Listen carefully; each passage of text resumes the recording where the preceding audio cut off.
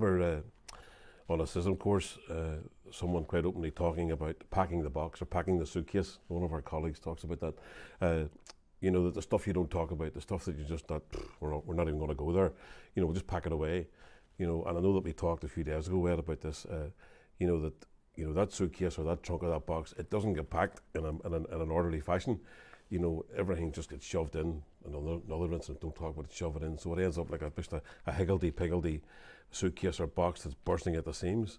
And the emotional energy that takes to try and keep that closed and not go there. And when we talk about the oil hand, a friend of mine who I meet for coffee, he'll very, very clearly, if I try and ask him about his career way back when, we're not even going to go there.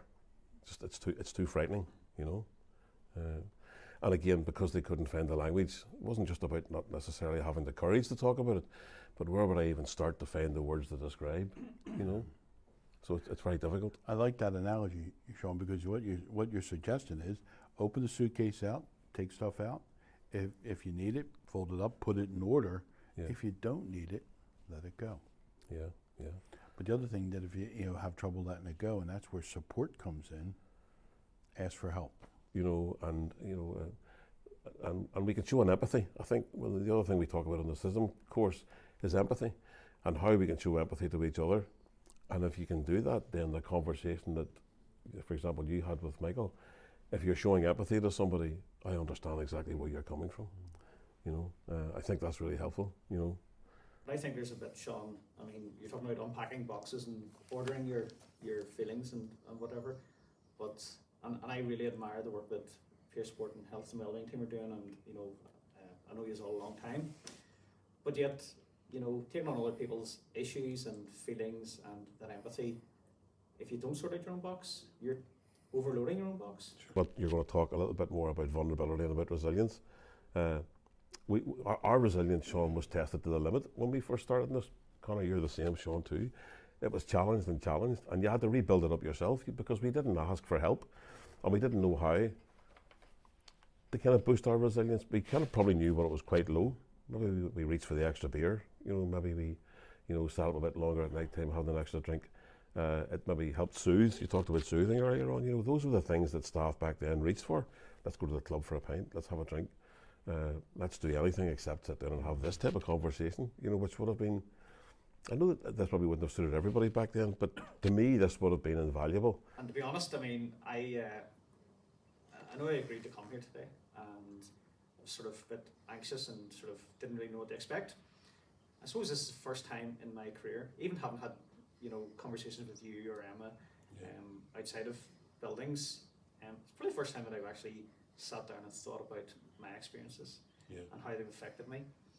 And yet I still don't feel, and this is no reflection on anybody, I still don't feel safe enough to talk about that. Sure. Because I don't know where it would leave me. Yeah. But PTSD and things like that weren't a thing. It's not that they weren't a thing. They weren't diagnosed, recognised, or acknowledged then, so all of those things have evolved over time, and obviously as skills have developed in recognition and understanding of feelings, and as you talk about the limbic system and stuff like that there has evolved, then we didn't understand it then. We didn't understand, and it's back to what I said earlier. Nobody had a want for it. We all needed it, but nobody had a want for it. A want to give it or a want to receive it potentially, and that's a generalization. But it's also about if somebody asked you, would you have told them, and at what cost? And that's what I think we now can do. I think certainly definitely involved in peer support and the team that I work with. It's drawing on that knowledge and that own experience, being able to find the language, translate it and offer it to the people that you're talking to. I think I'm hearing a bit of a difference because the way you worked before, where you bottled up, just move from call to call, that's helping you survive this really challenging job, but it's not helping you thrive in it. And you're talking about things that help you deal with these issues. And a thought's popping into my head as I'm listening to you. What Viktor Frankl, a Holocaust survivor, said, when you cannot change your situation, we're challenged to change ourselves. So that's what you're trying to do, not only change yourselves, but change the culture of your organization where it is okay to talk about these issues. It is okay to be vulnerable. It is okay to struggle, because I'll get back to this, we all do. That's normal. I mean, whether it's men, women, we all have our points of struggle. Yeah. So it's acknowledging that. I honestly believe that, like you, Sean, I would probably find it difficult maybe to go back there if somebody was to say to me.